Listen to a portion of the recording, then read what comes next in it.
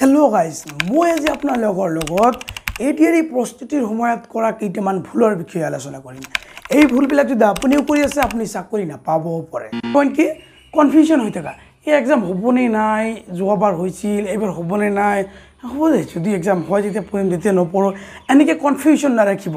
মনত এটা বিশ্বাস ৰাখিব যে হ'ব এক্সাম আৰু আপুনি প্ৰিপাৰেশ্যন কৰি থাকক। দ্বিতীয় নম্বৰ পইণ্টটো হৈছে এই আপনি ভাবি আছে ইমান মানুহ এপ্লাই কৰিছে মই নাপাম দে, নাপাম নালাগে, মাত্ৰ কেইটামান পোষ্ট ইমান মানুহ এপ্লাই কৰিছে মই নাপামেই, এনেকৈ মনত নানিব, কেতিয়াও নানিব।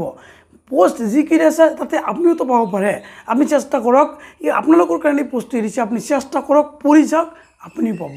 তৃতীয় নম্বৰ পইণ্টটো হৈছে আজি নপঢ়ো, এডভাৰটাইজমেণ্ট ওলালেহে পঢ়িম। এডভাৰটাইজমেণ্ট ওলাই গ'ল, এতিয়া এই এপ্লাই হ'লে পঢ়িম, এপ্লাই হৈ গ'ল, এতিয়া এই এক্সামৰ ডেট দিলে পঢ়িম, এডমিট দিলে পঢ়িম, এনেকৈ কৈ আপুনি নাভাবিব। এনেকৈ কৈ যদি ভাবি থাকে তেন্তে আপুনি চাকৰি নাপাব।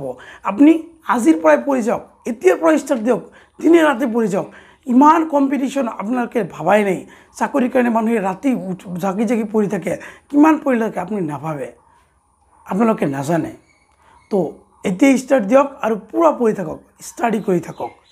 4 নম্বৰ পইণ্টটো হৈছে দুদিন পঢ়িলে আকৌ মাজতে নাই, আকৌ এসপ্তাহ পিছত পঢ়িলে, এনেকৈ যদি পঢ়ি থাকে আপুনি চাকৰি নাপাব পাৰে। আপুনি কি কৰিব, ডেইলি পঢ়িব লাগিব, অলপ হ'লেও ডেইলি পঢ়িব লাগিব, নহ'লে আপোনাৰ পঢ়াটো কামত নিদিব। যিটো 5 নম্বৰ পইণ্ট সেইটো হৈছে আপুনি যিখিনি পঢ়িলে এইখিনি ৰিভিজন দিব লাগিব। সদায় আপুনি ৰিভিজন দিব লাগিব, নহ'লে আগৰ পঢ়াখিনি পাহৰি যাব বা আগৰ পঢ়াখিনি কোনো কামত নিদিব। আপুনি সদায় পঢ়াখিনি ৰিভিজন দি থাকিব।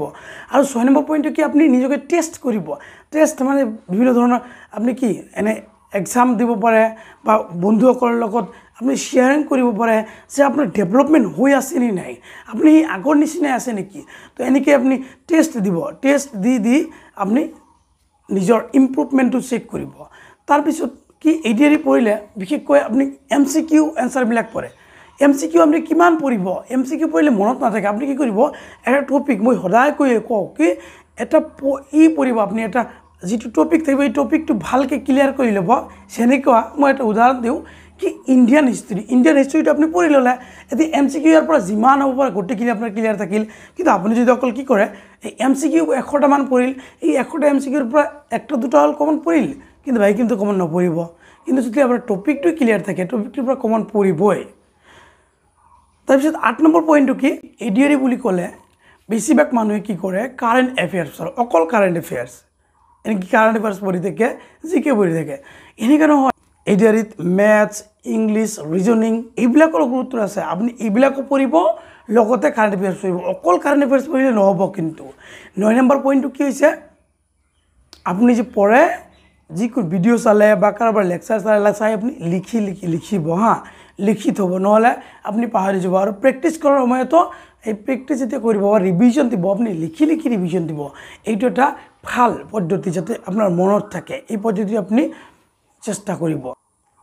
10 নম্বৰ পইণ্টটো হৈছে আপুনি একেৰাহে 10 ঘণ্টা 9 ঘণ্টা এনেকুৱা পঢ়িব নালাগে। আপুনি অলপ পঢ়িব, 2 ঘণ্টা পঢ়িল এতিয়া অলপ ৰেষ্ট ল'ব, 3 ঘণ্টা পঢ়িল অলপ ৰেষ্ট ল'ব, এনেকৈ 2 ঘণ্টা পঢ়ি ৰেষ্ট লৈ পঢ়িব, তেতিয়া আপোনাৰ পঢ়াখিনি কামত দিব। তো আজি এইখিনিয়েই। যদি মোৰ ভিডিঅ'টো ভাল লাগে চেনেলটো ছাবস্ক্ৰাইব কৰি বেল আইকনত ক্লিক কৰি দিব। Thank U.